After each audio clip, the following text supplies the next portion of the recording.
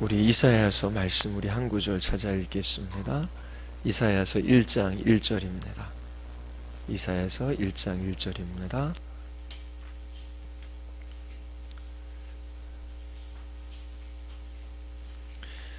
우리 같이 한번 읽어볼까요? 유다 왕 우시아와 요담과 아하스와 히스기야 시대에 아모스의 아들 이사야가 유다와 예루살렘에 관하여 본 계시라. 우리 기도하고 시작하겠습니다. 하나님,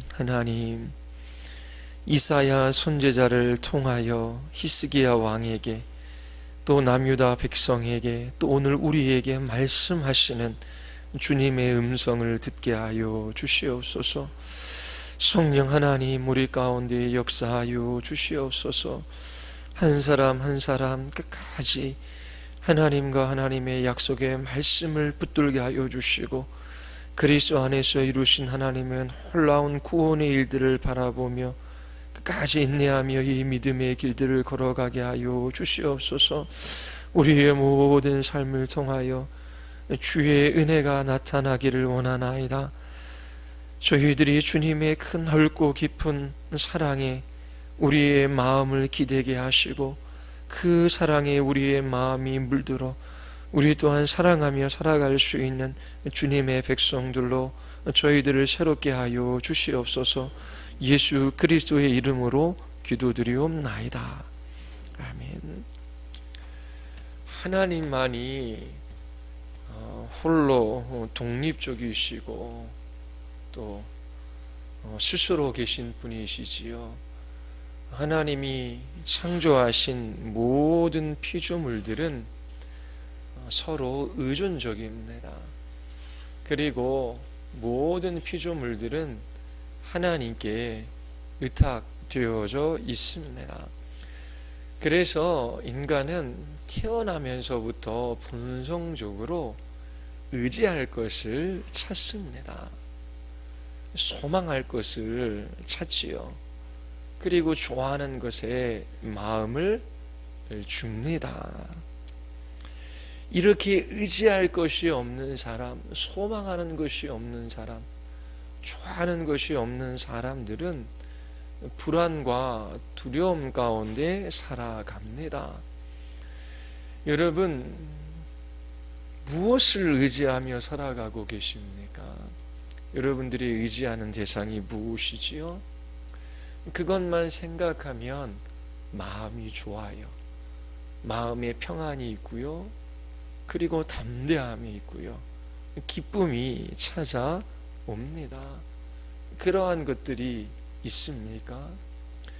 남편만 생각하면 마음이 좋습니까? 아내만 생각하면 기쁨이 넘치십니까? 그러한 부부관계가 되기를 바랍니다. 이 세상에 하나님의 형상과 모양대로 지음받은 인간들, 본성적으로 무엇인가를 갈망하고 그것을 의지하고 소망하고 그리고 사랑하려고 해요. 목회자들은 무엇을 생각하면 마음이 그렇게 좋고 평안할까요? 교인 숫자, 아름다운 예배당, 그리고 목회자를 잘 따르는 사람들 생각하면 마음이 좋을 수 있지요. 한 사람의 가장이 있어요. 어깨가 무겁습니다. 자녀들을 교육시켜야 하고요. 그리고 노후도 책임져야 돼요.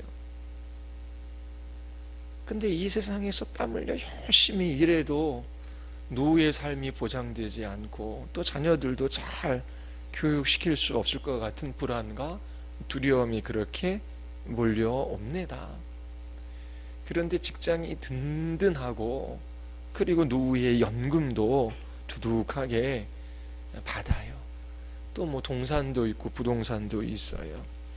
그러면 좀 마음의 여유를 가지고 사람들이 살아갑니다. 우리의 자녀들도 좀 열심히 공부하고 또 성실하고 또 세상으로부터 인정도 받고 그러면 자녀들 생각하면 마음이 흡족하지요.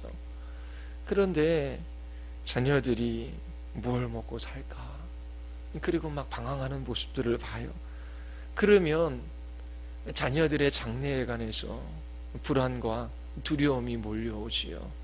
저 녀석이 나중에 어떻게 살 것인가? 그러면서 걱정하며 그렇게 살아갑니다. 하나님이 주신 것들 감사함으로 우리가 받고 그것들을 즐기며 누릴 수 있어야 해요. 그런데 하나님 자신이 아닌 하나님이 주신 선물에 기대어 그것을 의지한다면 그것은 우상 숭배입니다. 우리의 자녀나 직장이나 아니면 이 땅에 있는 것들이 우리에게 가져다주는 마음의 평안과 마음의 좋음, 그것과 비교할 수 없는 그 이상의 것이 예수 그리스도 그분을 바라보고 하나님 한 분을 생각할 때에 우리 안에 넘쳐나야 되는 것이 마땅하지요. 하나님과 그의 보내신 아들 예수 그리스도를 생각하는 것은 아주 죽음이고, 이 땅에 있는 것들을 더 많이 생각해요. 이 땅에 있는 것들 때문에 더 마음이 좋고, 이 땅에 있는 것들 때문에 마음이 아주 불안해요. 그래서 이 땅에 있는 것이 나의 마음을 좌지우지해요. 때로 기쁘게도 하고 때로 슬프게도 하고, 이 땅에 있는 것들이 나에게 좋음이 되기도 하고 또 나쁨이 되기도 하고, 그러면서 땅에 있는 것들에 하나님이 선물로 주신 것, 하나님이 피조하신 이 땅에 있는 것들이 내 마음을 뒤흔들어 놓고, 그러면서 좌지우지 하면서 우리가 이 인생의 길들을 걸어가고 있다라고 하면 우리는 진실로 하나님을 의지하며 살아가는 사람들이 아닙니다. 사람이 어떠하든지 간에, 내 환경과 상황과 형편이 어떠하든지 간에 하나님만이 나의 의지요, 나의 신뢰의 대상이 됩니다. 이 이사야서는 우리가 의지하고 신뢰할 분이 하나님 한 분밖에 없다라고 하는 것을 우리에게 알려주고 있습니다. 여러분들이 읽은 책 195페이지 한번 보시지요. 앞에 요약한 것만 잠깐 보겠습니다. 이사야를 읽을 때에 핵심적인 주제가 무엇인지, 또 핵심적인 단어가 무엇인지 여러분들이 생각하며 읽으면 도움이 되겠지요. 194페이지에 보면 신뢰하기 전에 어떤 사람인지 더 깊이 알아봐야 하지 않는가.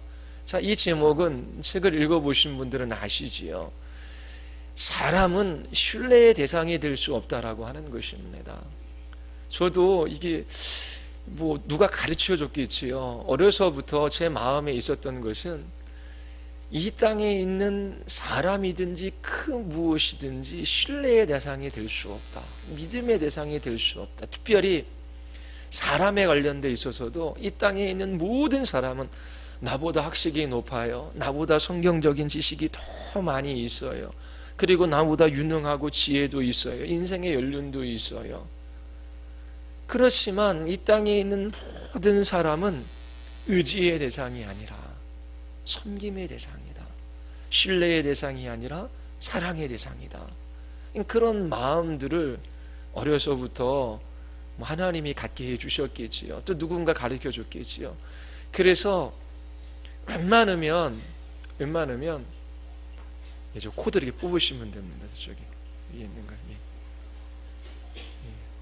웬만하면 그렇게 사람에 관해서 크게 실망하거나 그리고 크게 낙담하지 않았던 것 같아요. 하나님께서 좋은 목회자, 좋은 선생님, 좋은 친구, 좋은 믿음의 동역자, 좋은 선배를 주셨어요. 그 너무나 감사하지요. 그 교육자를 통해, 그 신앙의 선배를 통해, 신앙의 친구들을 통해서 주님을 더 알아갈 수 있고, 그들이 하나님께만 소망을 두고 살아가는 모습 때문에 나도 도전을 받고 힘이 돼요. 그래서 그렇게 좋은 신앙의 동역자들과 선배와 목회자를 주신 것에 감사해요. 그리고 때로는 하나님께서 주신 목회자, 신앙의 선배, 또 친구들, 내 마음에 상처를 주고 또 때로는 그들의 죄와 연약함 때문에 마음이 아파요. 그러면 그것으로 인하여 하나님 앞에 나가 더 하나님만 의지하고 하나님께 기도할 수 있는 그러한 은혜와 마음들을 주셔서 그렇게 하나님 앞에 간구하는 그 복된 시간들을 누릴 수 있어서 또 감사할 수 있는 것이지요. 우리에게 신뢰와 의지의 대상은 오직 하나님 한 분밖에 안 계십니다. 모든 사람은 섬김과 사랑의 대상입니다. 이사야서가 이제 그것을 우리에게 가르쳐 주고 있어요. 그래서 우리 이사야서 소개 그러면서 우리 나머지 그 제목들이 있죠. 첫 번째 제목은 문제점은 잘못된 것을 신뢰하는 것이다. 그래서 왕을 신뢰하는 것. 이 이스라엘 백성들이 어떻게 해요? 왕을 신뢰할 수 있지요. 또 이제 이따 본문 살펴볼 텐데요. 애굽을 신뢰하든지 아니면 누구를 신뢰해요? 이 아수르 왕, 이 아수르를 의지하는 모습을 이 유다가 보입니다. 잘못된 신뢰이지요. 또 여호와 아닌 다른 신, 우상을 숭배하는 것도 잘못된 신뢰이고요. 또 자기 자신을 신뢰하는 것도 잘못된 신뢰예요. 또 신실하지 못한 지도자, 또 그렇게 그 누구든 우리에게 믿음과 신뢰의 대상이 될 수 없어요. 그러면서 두 번째 해결책, 하나님을 신뢰함. 그래서 하나님의 심판을 신뢰하고 하나님의 구원을 신뢰한다. 더 정확한 해결책, 그리스도 안에 소망과 신뢰를 둠. 이 이사야서는 메시아에 대한 예언이 아주 많이 나와요. 그래서 제5복음서라고 하는 별칭도 붙었어요. 복음서에는 예수님에 대한 이야기가 많이 있지요. 이 이사야서에도 예수 그리스도에 대한 예언이 15개 이상이 나오거든요. 그래서 이 제5복음서라고 그렇게 부르는 사람들도 있습니다. 예수 그리스도, 그분께 소망과 신뢰를 두어야 한다라고 하는 것을 이제 이야기하고 있습니다. 자, 이 이사야 선지자는 1장 1절에서 우리가 보았던 것처럼 우시와 요담, 하스, 히스기야 왕 때 활동하던 선지자이지요. 우시야 왕은 그래도 좀 하나님을 신앙하며 그렇게 하나님 앞에 믿음으로 살았던 왕이지요. 히스기야도 마찬가지입니다. 이 이사야서는 기원전 약 740년에서부터 700년까지 그렇게 예언하며 활동했던 선지자예요. 이 시대는 시대적으로 좀 남유다나 북이스라엘에게는 우울한 시대이지요. 아주 혼란스러운 시대입니다. 왜냐하면 북쪽에 아시리아, 아수르라고 하는 강대국이 출현합니다. 그래서 북이스라엘은 이 아시리아에 의해 722년에 멸망당합니다. 뿐만 아니라 이 아수르는 남유다까지 침공하지요. 그래서 히스기야 왕 때에 예루살렘 성을 둘러싸고 이 남유다를 멸망시키려고 합니다. 이러한 시대 때에 히스기야가 활동을 했습니다. 이 이사야서는 예언서, 선지서서 17권 중에 그 최고의 선지서라고 그렇게 또한 사람들은 이야기를 합니다. 이사야서가 가지고 있는 이 내용과 문체 때문에 그렇습니다. 그 어떠한 선지서보다 그 내용이 많고 풍부하고 또 그 문체가 탁월하기 때문이에요. 이사야서가 몇 장으로 이루어져 있지요? 66장. 예. 66 하면 생각나는 게 또 있지요. 성경 권수입니다. 물론 이 선지서를 기록한 이 선지자가 이 장수를 나누는 건 아니라 후대의 사람이 나누었어요. 그래도 전체적인 내용을 보고 하면 좀 시사하는 바가 있어요. 성경이 66권인데 구약이 몇 권이죠? 39권이고 신약이 27권이지요. 이사야서를 이렇게 두 부분으로 나뉠 수 있어요. 두 부분 나누면 몇 장서부터 몇 장이 전반부일까요? 힌트를 드렸잖아요. 1장서부터 39장까지가 전반부예요. 그리고 나머지 후반부는 40장서부터 66장까지예요. 전반부 1장서부터 39장까지는 어떤 이야기가 나올까요? 구약 성경에 대한 요약이라고 할 수 있는 내용들이 나와요. 그게 뭐냐면 남왕국 유다의 심판과 멸망에 대한 예언이 이 39장까지 계속돼요. 그래서 1장서부터 39장까지 메시아에 대한 예언도 있지만 전체적인 분위기는 이 이스라엘의 죄로 말미암아 하나님께서 이 이스라엘을 심판하시겠다라고 하는 것입니다. 이사야서 1장 1절 한번 보십시오. 1장 우리 먼저 잠깐 읽어보게요. 분위기가 어떤지요?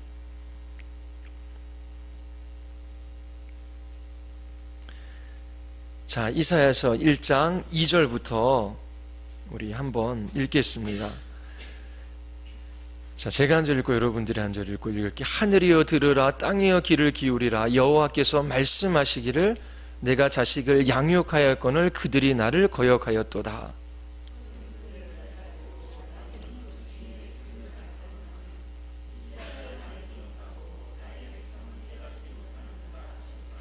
실보다 범죄한 나라여, 허물진 백성이여, 행하게 종자여, 행위가 부패한 자식이로다. 그들이 여호와를 버리며 북이스라엘의 거룩하신 이를 만홀히 여겨 멀리하고 물러갔도다.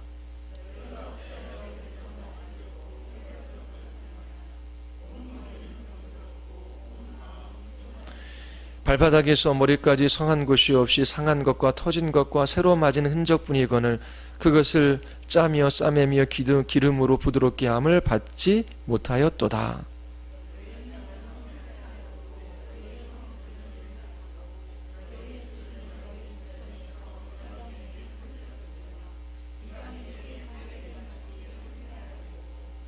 그러면서 우리 1장을 계속해서 읽어보면 이 남유다를 향한 하나님의 심판의 메시지가 계속됩니다. 이 메시지는 구약 성경 전체를 요약해 놓은 것과 같아요.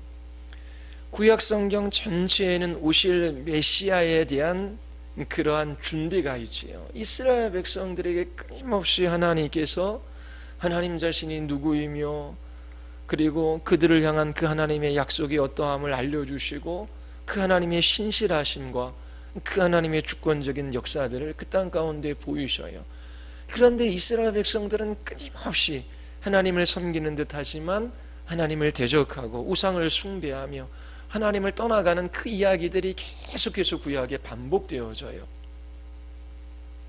이러한 하나님을 대적하고 하나님을 떠나가는 이 이스라엘 백성들을 향하여 하나님께서 구약에서 뭐라고 말씀하시지요? 그래, 너희는 아무런 소망이 없는 족속들이구나. 내가 너희를 멸망시키고 말 것이다. 그리고 끝나는 것이 아니라 그렇게 끊임없이 하나님께로 도망하여 우상을 숭배하며 하나님을 대적하는 그 이스라엘 백성들을 하나님께서 추적하셔요. 그러면서 그들에게 심판에 관해서 말씀하시지만 그 심판에 관해서 말씀하시는 것도 하나님께서 돌이키라, 회개하라 라고 하는 것이지요. 하나님께서 심판이라고 말도 안 하시고 그냥 멸망시켜 버리면 되는데 왜 내가 너희들 이렇게 살아가면 심판할 거야? 왜 말씀하셔요? 돌이키라고 말씀하시는 거죠. 근데 이스라엘 백성들은 돌이킬 줄을 몰라요. 그런데 하나님께서 그렇게 돌이킬 줄을 모르는 이스라엘 백성들에게 회복을 약속하셔요. 구원을 약속하셔요.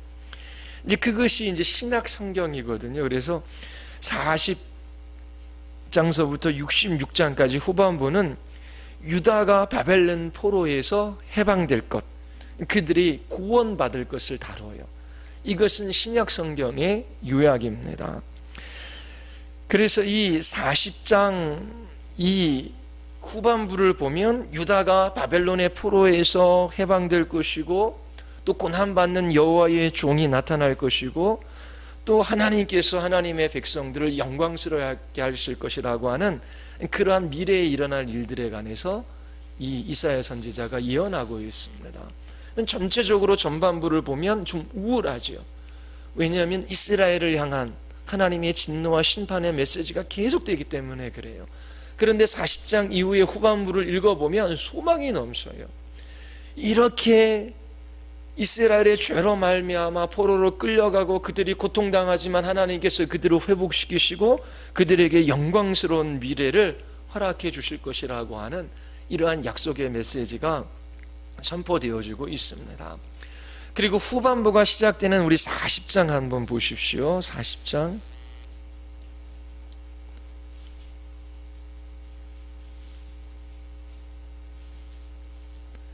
40장 한번 보시겠습니다. 40장 우리 1절서부터 우리 교독하겠습니다. 너희의 하나님이 이르시되 너희는 위로하라 내 백성을 위로하라.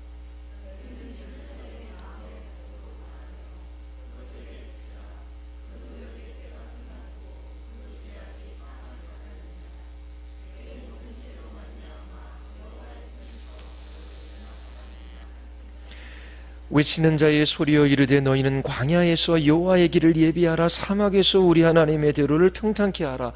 이거 뭐 어디서 많이 본 구절 같지 않으세요? 예, 이게 이제 이사야서의 예언인데 이게 요한 사도를 가르치고 있죠. 그러니까 40장이 시작되어지는데 이게 신약에 있어서 어떻게 해요? 요한 사도가 나타나서 메시아의 오실 길을 예비해요. 그것에 대한 예언이 이 40장이 시작되어져요. 그리고 나서 회복의 메시지들이 계속해서 흘러나옵니다. 그리고 65장서부터 66장까지 보면 신약 성경 마지막에 있는 요한계시록 새하늘과 새 땅에 대한 예언으로 끝나요. 이처럼 이 이사야서는 선지서 중에 선지서, 그리고 이 이사야 선지자를 선지자의 왕, 그렇게 표현해요. 그 이유는 이사야 선지자가 탁월해서가 아니라 하나님의 계시로 기록된 이 이사야서가 신구약 전체의 내용을 담고 있다라고 해도 과언이 아니에요. 하나님에 관한 이야기, 인간에 관한 것, 그리스도 교회, 그리고 종말에 되어질 일들, 그 모든 것들이 이 이사야서 66권에 다 담겨져 있고요. 그리고 전반부는 구약을 요약해 놓고 있고 후반부는 신약을 요약해 놓고 있어요. 그래서 이 이사야서를 성경의 축소판이다라고 그렇게 이야기할 수 있습니다. 그리고 특별히 이 이사야서는 오실 메시아에 대한 예언이 여러 군데에서 나와요. 오실 메시아, 기름 부은 왕으로 묘사되어지고요, 또 고난받는 종으로도 묘사되어져요. 임마누엘에 대한 예언이 7장에 나오지요.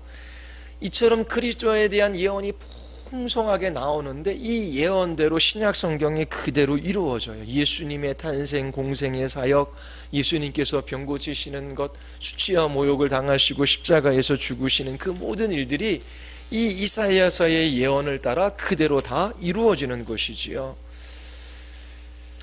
그래서 이 이사야서를 구약의 그 제5복음서라고 그렇게 부르는 것입니다. 신약 성경에도 이 구약 성경을 많이 이용한 그러한 구절들을 우리가 찾아볼 수 있는데 대표적으로 신명기와 시편을 많이 인용해요. 그리고 또 하나 있다면 이 이사야서를 신약이 많이 인용합니다. 그래서 나머지 16개의 선지서에서 인용한 것보다 이 이사야서에서 이사야를 인용한 것이 훨씬 더 신약 성경에 많이 나타납니다. 자, 우리가 이사야서를 읽을 때에 전반부, 후반부 두 부분으로 크게 나누어 봤지요. 그런데 좀 짧게 자르면은 이거를 7개의 구조로 또 자를 수가 있어요. 이 7개 중에 가장 중심되는 부분이 있는데 그것이 36장서부터 39장까지입니다. 36장서부터 39장까지는 산문체로 되어져 있어요. 왜냐하면 히스기야 왕에 대한 이야기가 나옵니다. 그래서 이것이 3문체로 이루어져 있어요. 문체 자체가요. 그러면 이 36장서부터 39장 이 4장을 중심으로 이사야서는 양쪽 좌우가 대칭을 이루는 구조로 이쪽 3개, 이쪽 3개가 나옵니다. 그래서 36장서부터 39장까지 이 히스기야 왕에 대한 이 이야기를 중심으로 해서 왼쪽은 28장에서 35장, 그리고 오른쪽에는 40장에서 48장인데 이 두 가지가 대꾸를 이루어요. 그거를 살펴볼 거예요. 그리고 13장에서 27장, 49장에서 55장, 1장에서 12장, 56장에서 66장, 그것이 대칭 구조를 이루고 있습니다. 자, 그러면 이렇게 7개로 이사야서를 쪼갤 수 있는데 가장 중앙이 어디다? 36장서부터 39장까지지요. 그러면 이 중앙이 중요하죠. 이야기로 되어져 있어요. 그럼 이 중앙에서 이야기하는 것이 무엇인가 살펴보면 또 전체를 볼 수가 있습니다. 이 중앙도 2개로 나누어져요. 36장서부터 37장까지는 아시리아의 이 침략을 물리치는 이야기가 나와요. 하나님께서 하시는 일이지요. 그리고 38장서부터 39장까지는 바벨론에 의한 멸망의 이야기가 나옵니다. 자, 그러면 우리 중간 부분 36장 우리 먼저 살펴보겠습니다. 성경책 한번 36장 한번 펴보십시오. 36장입니다. 자, 우리 1절서부터 4절까지 먼저 제가 한 절 읽고 여러분들 읽고 교독하겠습니다. 히스기야 왕 14년에 아수르 왕 사네립이 올라와서 유다의 모든 견고한 성을 쳐서 취하니라.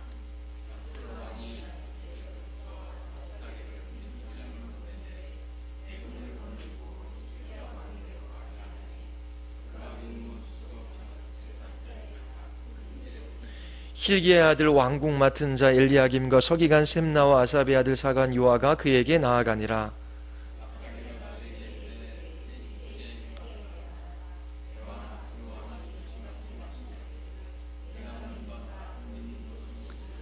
예, 이 36장 4절 그 마지막에 읽은 구절을 밀주 쫙 치시면 돼요. 이 아시리아 아수르의 왕이 랍사게를 예루살렘으로 보내요. 랍사게가 어떻게 해요? 이 남유다에게 이야기하는 것이지요. 뭐라고 이야기합니까? 자, 히스기야 왕에게 가서 말하라. 대왕, 우리의 위대한 왕 아수르 왕이 이같이 말한다. 뭘 말해요? 내가 믿는 바 그 믿는 것이 무엇이냐. 히스기야 왕은 반 아수르 정책을 펴냅니다. 그 선대의 왕은 아수르와 이 화친을 맺어요. 그래서 조공을 바치고 이 아수르를 섬김으로 그 나라를 보존하려고 했습니다. 그런데 히스기야는 이 아수르와의 화친을 끊고 반아수르 정책을 펴지요. 그래서 이 아수르가 이 남유다를 침공하기 위하여 예루살렘까지 내려오는 것입니다. 이것은 남유다에게 있어서는 큰 위기이지요. 전쟁이 일어나는 것입니다. 전쟁이 일어나는 그것이 인생사 가운데 일어날 수 있는 일들 중 가장 끔찍한 일이에요. 집들이 다 회파되어져요. 수많은 사람들이 죽어요. 그리고 이 시대의 전쟁은 아녀자들과 자녀들이 노예로 끌려갈 수밖에 없는 겁니다.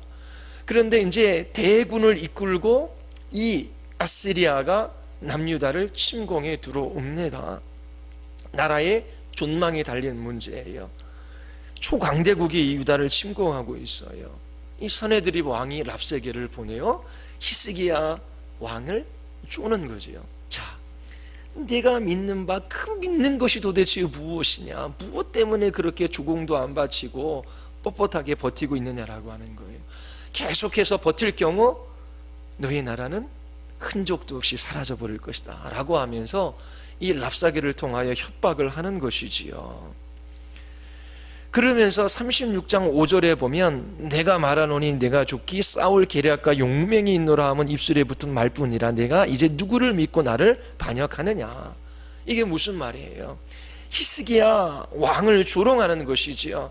아니 네가 무슨 계략이 있고 용맹이 있느냐? 너희같이 작은 나라가 도대체 뭘 믿는 거냐? 뭘 믿고 나에게 반역을 하는 거냐? 라고 말하지요. 그리고 36장 6절을 보십시오. 우리 다 같이 한번 읽어보겠습니다. 보라 내가 애굽을 믿는도다. 그것은 상한 갈대의 지팡이와 같은 것이라. 사람이 그것을 의지하면 손이 찔리리니 애굽 왕 바로는 그를 믿는 모든 자에게 이와 같으니라. 자, 이 남유다가 어떻게 해요? 아수르와 화친을 끊으니까 어떻게 해요? 남쪽에 있는 애굽의 도움을 받으려고 하는 시도가 있었던 것이지요. 그래서 이 랍사게는 너희가 애굽을 믿는데 그 애굽 또한 믿을 대상이 되지 못한다 라고 하면서 그렇게 조롱을 합니다. 그리고 7절을 보십시오.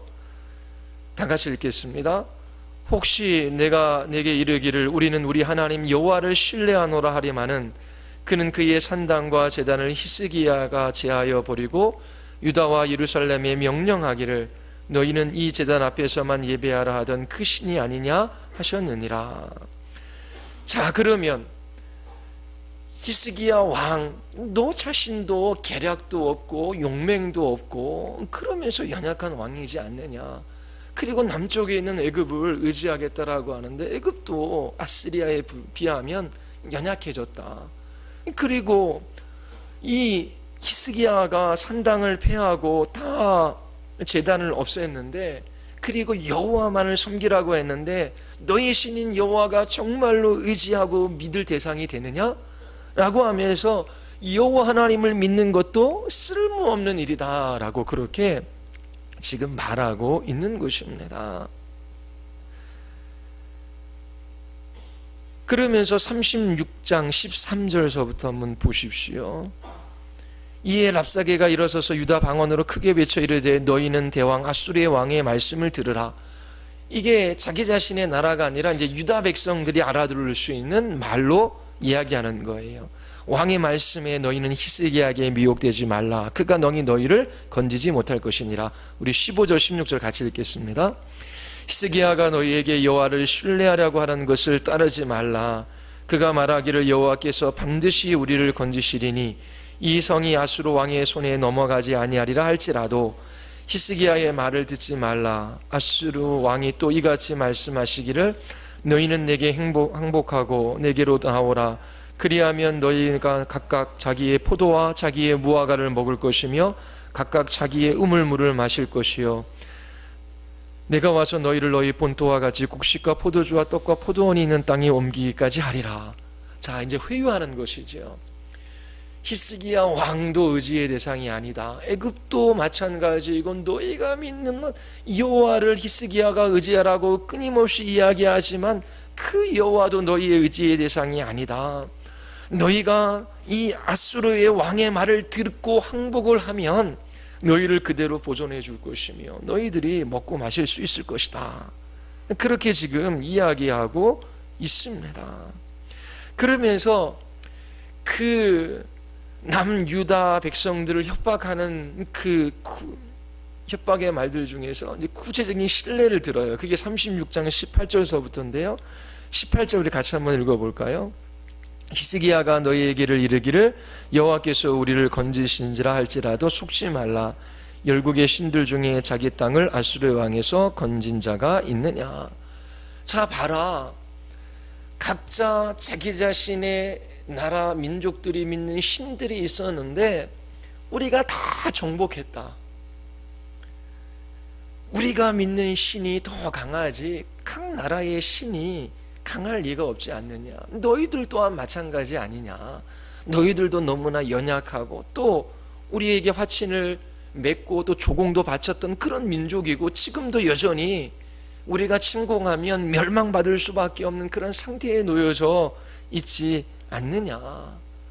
수많은 나라가 우리 손에 멸망한 것처럼 너희 또한 멸망할 것이다. 20절에 보면 이 열방의 신들 중 어떤 신이 자기의 나라를 내 손에서 건져냈기에 여호와가 능히 예루살렘을 내 손에서 건지겠느냐 하셨느니라 하니라. 여호와 또한 너희가 믿는 신 또한 너희를 구원해내지 못할 것이다 라고 협박하는 거예요. 이러한 일들이 오늘날도 일어나요. 아수르의 도전이지요. 이스라엘 백성들을 협박합니다. 불신자 또한 마찬가지예요. 내가 믿는 것이 도대체 무엇이냐? 너희가 교회 다닌다라고 하는데 너희가 도대체 믿는 것이 무엇이냐? 힘 있는 불신자, 잠시 번영하는 세상 사람들, 그러면서 이야기하죠. 저는 이런 모습들 때문에 교회에서 고통받는 영혼들을 많이 만났어요. 사업을 하는데 정말 오래도록 너무나 고통받고 안 돼서 교회 올 차비까지 없는 분이에요. 그런데 믿지 않는 형제들은 다 잘 살아요. 맞은데 부모에게 추석 때나 생신 때 드릴 용돈도 없고 밥 한 번 살 그 여유가 안 되는 거예요. 그런 것들이 7, 8년 쭉 계속돼요. 얼마나 고통스럽습니까? 형제들도 이야기하죠. 형, 우리 회사에 와서 일해. 그렇게 해서 무슨 소용이야? 그러면서 끊임없이 도전해요. 아니, 사업에도 실패했지, 자녀도 힘든 가운데 있지, 그리고 오래도록 그렇게 고통 가운데 지내는데 도대체 뭘 믿고 사느냐라고 하는 거예요. 네가 믿고 있는 것이 무엇이냐? 힘 있는 불신자가 아무것도 자랑할 것이 없어 보이는 신자를 조롱하고 있는 그런 상황입니다. 유다 백성도 그렇고 히스기야 왕도 얼마나 이러한 이야기를 듣고 마음이 무너졌겠습니까? 신하들을 통하여 이 랍사게의 이러한 조롱하는 말들을 히스기야가 들어요. 그리고 자기 신하들을 이사야 선지자에게 보내서 이야기들을 그대로 하게 합니다. 37장을 보십시오. 37장 보십시오. 37장 우리 5절, 6절, 7절 우리 같이 한번 읽어볼까요? 그리하여 히스기야 왕의 신하들이 이사야에게 나아가매 이사야가 그들에게 이르되 너희는 너희 주에게 이렇게 말하라. 너희가 들은 바 아수르 왕의 종들이 나를 능욕한 말로 말미암아 두려워하지 말라. 보라, 내가 내 영을 그의 속에 들이니 그가 소문을 듣고 그의 고국으로 돌아갈 것이며 또 내가 그를 그의 고국에서 칼에 죽게 하리라 하셨느니라.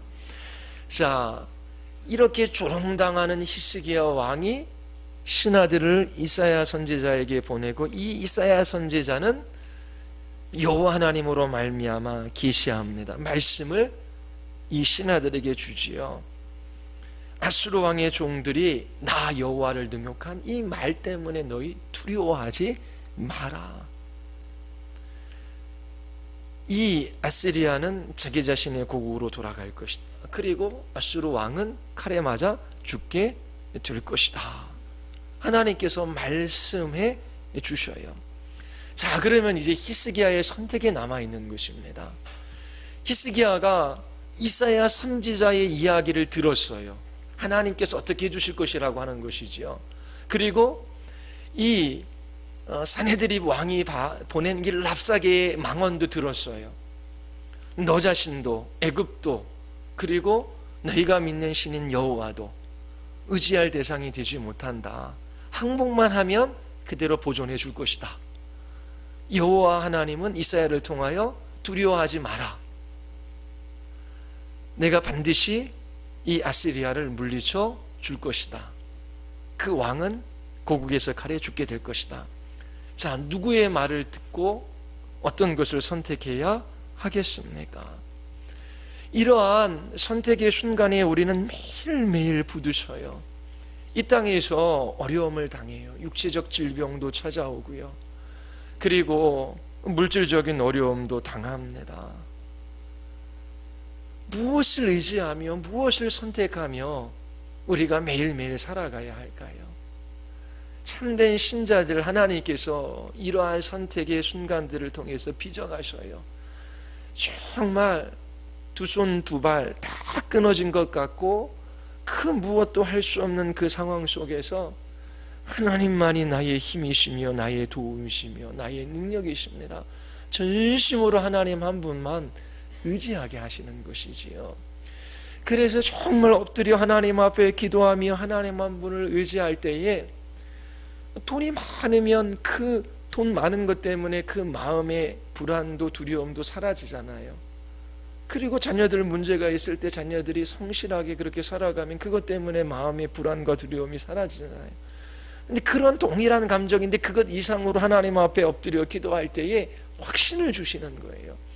하나님께서 일화처럼 선지자를 통하여 약속의 말씀을 보내신 것처럼 예수 그리스도 안에서 하나님께서 이루신 큰 놀라운 일들을 믿음의 눈으로 바라보고 하나님의 약속의 말씀을 붙들게 하시는 그러한 일들이 일어나는 것입니다.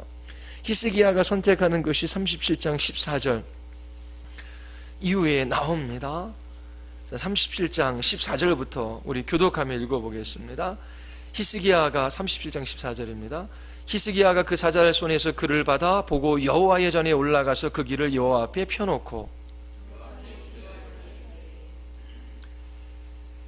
그 그룹 사이에 계신 이스라엘 하나님 만군의 여호와여 주는 천하 만국의 유일하신 하나님이시라 주께서 천지를 만드셨나이다.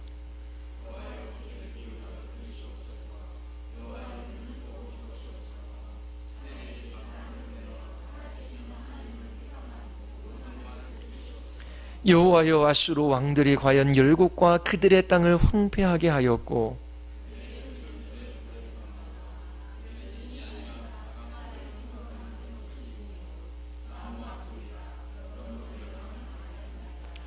자, 이사야 선지자가 보내온 글을 받고 여호와의 전에 올라가서 펴놓습니다. 약속의 말씀이지요. 그 말씀을 붙들고 하나님 앞에 기도해요. 이스라엘 하나님 만군의 여호와여 주는 천하 만국의 유일하신 하나님이시라. 하나님만이 참 신이시지요. 하나님은 천지를 만드신 분이에요. 만군의 여호와여, 만드신 이 세상을 주권적으로 통치하고 다스리시는 왕이셔요. 하나님 이 사네립이 여호와의 이름을 망령되이 일컫습니다. 하나님을 모욕합니다. 그러면서 하나님께서 이 약속의 말씀을 이루어 주실 것을 기대하고 확신하며 하나님이 어떠한 분이신지를 선포하며 그렇게 이야기를 하는 것이지요. 20절에 우리 하나님 여호와여 이제 우리를 그의 손에서 구원하사 천하 만국이 주만이 여호와신지를 알게 하옵소서 하니라. 하나님 아수르가 그들의 군대를, 그들의 병거를, 그들의 능력과 힘을 의지하며 그것을 자랑하고 여호와 하나님을 업신여기는데 하나님 이제 이곳에 나타나셔서 여호와 하나님만이 참으로 구원이시며 만군의 주이신 것을 나타내어 보여주시옵소서. 이런 기도가 우리에게도 필요한 거예요. 히스기야가 약속의 말씀을 펴놓고 여호와 앞에서 하나님이 어떠한 분이신지를 고백하고 그 위에 하나님 제가 이 땅에서 고난받고 고통받는 것 그것보다도 저들이 하나님을 회방하며 하나님의 이름을 업신여기며 저희들이 하나님을 무시하며 저렇게 저희들이 가지고 있는 힘을 자랑하고 있습니다. 하나님 이곳에 나타나셔서 하나님의 하나님 되심을 보여주시옵소서. 저들 또한 하나님이 구원의 하나님이시며 만군의 주이신 것을 알게 하여 주시옵소서. 그렇게 기도하는 것입니다. 자, 37장 33절에 보십시오. 하나님의 답변입니다. 37장 33절부터 38절까지 제가 한 절 읽고 여러분들이 한 절 읽고 교독하겠습니다. 그러므로 여호와께서 아수르 왕에 대하여 이같이 이르시되 그가 이 성에 이르지 못하여 화살 하나도 이리로 쏘지 못하며 방패를 가지고 성에 가까이 오지도 못하며 흉벽을 쌓고 치지도 못할 것이요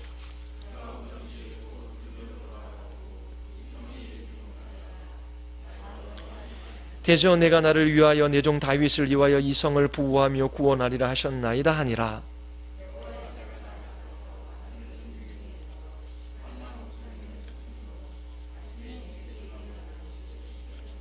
이에 아수르의 사네립 왕이 떠나 돌아가서 니느웨에 거주하더니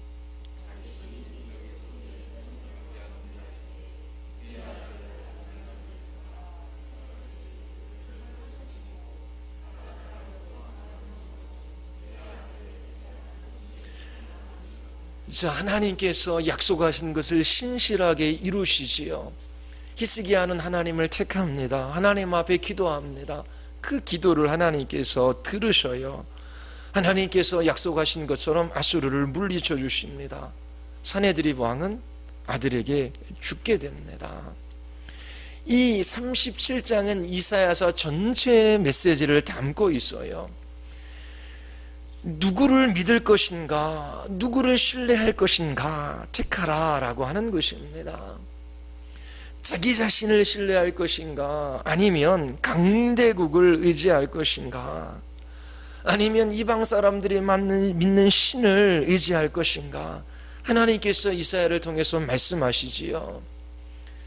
그 어떠한 왕도, 그리고 그 어떠한 나라도, 그 어떠한 신도 믿음의 대상이 될 수 없고, 믿을 수 있는 분은 오직 여호와 하나님 한 분이다. 그분은 천지를 만드시고 그 만드신 세상을 통치하고 다스리시는 주권자이시며 왕이시다.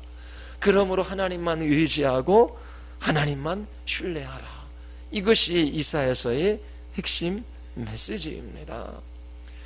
이렇게 37장의 이 핵심적인 메시지가 나오고, 이 양중앙에 양가에 대치되는 내용들이 나온다라고 말씀을 드렸죠. 28장서부터 35장까지 왼쪽에 있는 내용, 30장 한번 보십시오. 이게 뭐냐면 애굽과 같은 강대국을 믿지 말라는 내용이에요. 30장 1절에서부터 3절까지입니다. 우리 같이 한번 읽어볼게요. 여호와께서 이르시되 패역한 자들은 화 있을진저 그들이 개교를 베푸나 나로 말미암지 아니하며 맹약을 맺으나 나의 영으로 말미암지 아니하고 죄에서 죄를 더하도다. 그들이 바로의 세력 안에서 스스로 강하려 하며 애굽이 그늘에 피하려 애굽으로 내려갔으되 나의 입에 묻지 아니하였도다. 그러므로 바로의 세력이 너희의 수치가 되며 애굽의 그늘에 피하여 너희의 수욕이 될 것이라. 그러면서 31장에도 넘어가면 애굽을 의지하는 자들은 반드시 망하게 될 것이다 라고 말씀을 하셔요. 그러면서 누구를 의지해야 되는가? 하나님만 의지하라고 이야기를 하십니다. 30장 15절입니다. 우리 같이 한번 읽을까요? 우리 30장 15절. 주 여호와 이스라엘의 거룩하신 이가 이같이 말씀하시되 너희가 돌이켜 조용히 있어야 구원을 얻을 것이요 잠잠하고 신뢰하여 힘을 얻을 것임을 너희가 원하지 아니하고. 하나님을 신뢰하는 것을 버리고 어떻게 해요? 애굽을 찾아가는 거예요. 애굽을 찾아가서 그들을 의지하는 자들은 반드시 망할 것이다. 31장에 기록하고 있습니다. 또 40장에 보십시오. 40장서부터 48장까지. 자, 우리 36장서부터 39장까지 그 히스기야 왕의 이야기가 이 이사야서의 중심이라고 말씀을 드렸지요. 그 히스기야 왕의 이야기를 통하여 하나님께서 말씀하시는 것이 있었어요. 그리고 왼쪽에 있는 것, 애굽에 내려가서 그 애굽을 의지하는 것, 하나님께서 반드시 심판하고 망하게 하실 것이다. 의지의 대상이 안 된다라는 걸 이야기하고, 이 40장서부터 48장까지는 우상 숭배에 관한 이야기예요. 이방의 우상을 의지하지 말라라고 하는 것입니다. 그래서 40장 쭉 보면은 하나님이 얼마나 전지하시고 전능하신 분인지, 그리고 얼마나 우상은 무기력한 존재인지를 40장에 쭉 이야기를 합니다. 그리고 44장에 보면은 이제 우상 숭배를 에 대해서 하나님께서 말씀하셔요. 이 시간이 없어서 다 읽지는 못할 텐데요. 이게 무슨 이야기냐면, 우상을 만들 거 아닙니까? 만드는 사람들이 이제 나무를 재질로 해서 만들어요. 그럼 목공들이, 우상을 만드는 이 목공들이 어떻게 나무를 하러 갈 거 아닙니까? 그 나무를 해와요. 해와서 그 일부 나무를 가지고는 우상을 만들고, 일부 나무는 가지고는 어떻게 해요? 풀 떼서 밥 떼어 먹고 고기도 구워 먹어요. 그러면서 자 봐라, 그들이 산에 가서 나무를 해오고 일부로는 우상을 만들고 일부 가진 고기를 구워 먹어. 그런 우상을 가지고 자기를 구원해달라고 하는 것이 얼마나 어리석은 일이냐. 이처럼 이방 종교, 우상을 섬기는 이러한 일들은 어리석은 일들이다 라고 하는 것을 이야기하시며, 하나님 외에 다른 신들을 믿는 것이 얼마나 허망한 것인가를 이쪽에서 이야기를 하는 거예요. 그러면서 이사야서 그 중앙의 히스기야의 이야기를 통하여 이 핵심적인 메시지를 말씀하고 계시고, 양옆으로 되게 우상 숭배하는 것, 그리고 이방 나라를 그렇게 신뢰의 대상으로 삼는 그런 것들의 어리석음을 이야기하면서 하나님만 의지해야 한다라고 하는 것을 이야기합니다. 자, 그러면 하나님만을 의지해야 되는데 그 하나님이 어떠한 분이신지 이제 아주 중요한 부분이 6장에 나옵니다. 6장 한번 보십시오. 6장 1절서부터 3절까지입니다.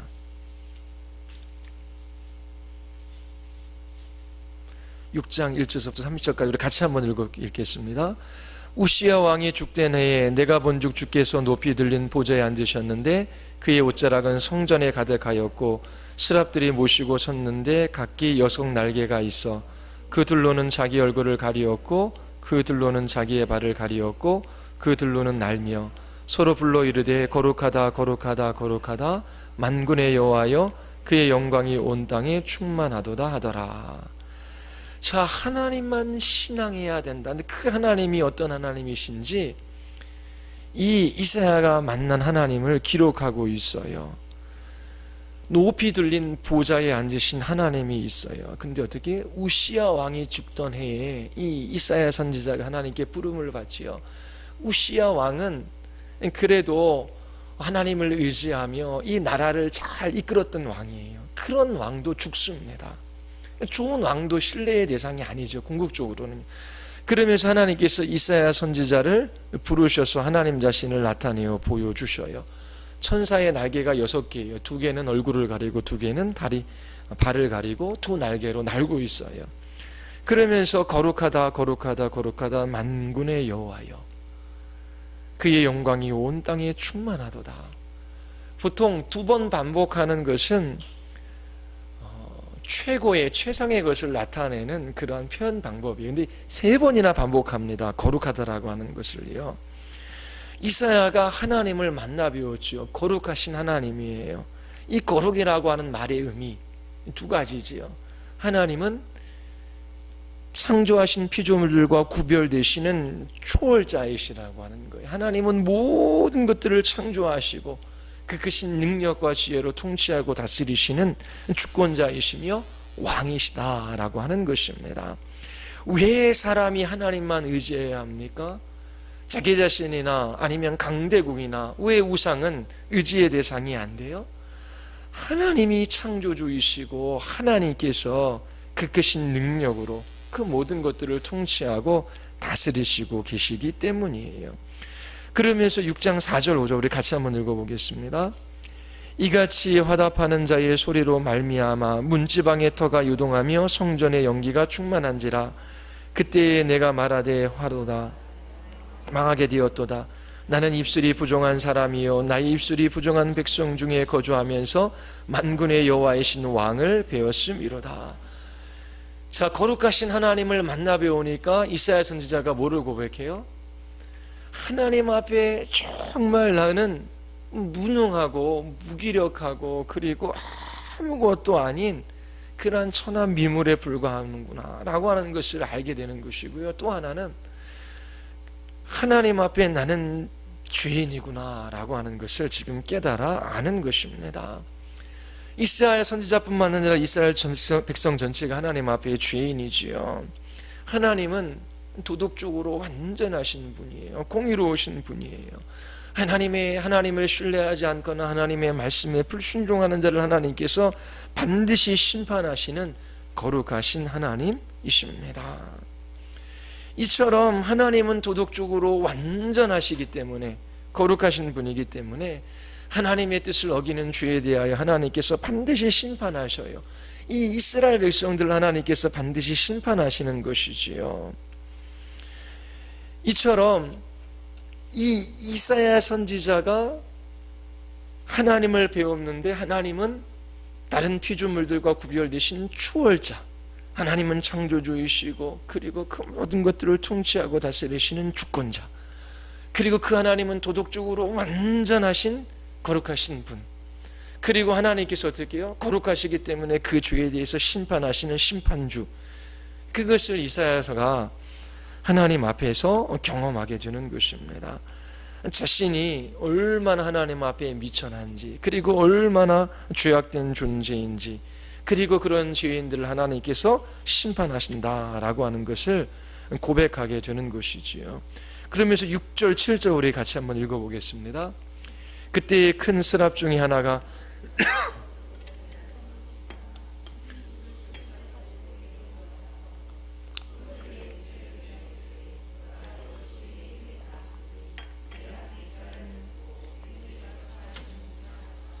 자, 하나님에 관해서 또 경험하기는 어떤 하나님을 경험해요?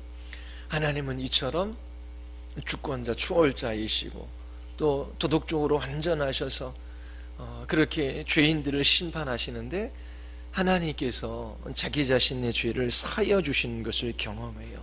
의로우신 하나님께서 백성의 죄를 씻어주시고 구원해 주시는 구원의 하나님으로 그렇게 경험을 하는 것이죠. 그러면서 이 메시아를 통하여 하나님께서 이스라엘 백성들을 구원해 주실 것에 대한 예언이 이사야를 통해서 그렇게 되는 것이지요. 그래서 7장 4절 한번 보십시오. 메시아에 대한 예언입니다. 7장 14절 다 같이 한번 읽어볼까요? 그러므로 주께서 친히 징조를 너에게 주실 것이라. 보라, 처녀가 잉태하여 아들을 낳을 것이요 그의 이름을 임마누엘이라 하리라. 자, 9장 한번 보십시오. 9장 6절과 7절입니다. 9장 6절 7절 우리 같이 한번 읽겠습니다. 그는 한 아기가 우리에게 낳고 한 아들을 우리에게 주신 바 되었는데 그의 어깨에는 정사를 메었고 그의 이름은 기묘자라, 모사라, 전능하신 하나님이라, 영존하시는 아버지라, 평강의 왕이라 할 것임이라. 그 정사와 평강의 더함이 무궁하며 또 다윗의 왕자와 그의 나라에 군림하여 그 나라를 굳게 세우고 지금 이후로 영원히 정의와 공의로 그것을 보존할 것이라. 만군의 여호와의 열심히 이를 이루시리라. 자, 그리고 우리 53장 11절입니다. 53장 11절입니다. 그 중간에도 있는데 좀 넘어가서 53장 11절 우리 같이 한번 읽어보겠습니다. 그가 자기 영혼에 수고한 것을 보고 만족하게 여길 것이라. 나의 의로운 종이 자기 지식으로 많은 사람을 의롭게 하며 또 그들의 죄악을 친히 담당하시리로다. 이사야에게 하나님께서 하나님 자신을 나타내어 보여주시는데 하나님은 온 우주 만물을 창조하시고 다스리시는 주권자셔요. 거룩하신 하나님께서 심판하셔요.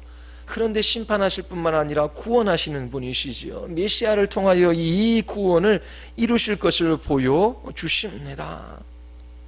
메시아를 통하여 이 구원을 이루실 것을 약속해 주시는 것이지요.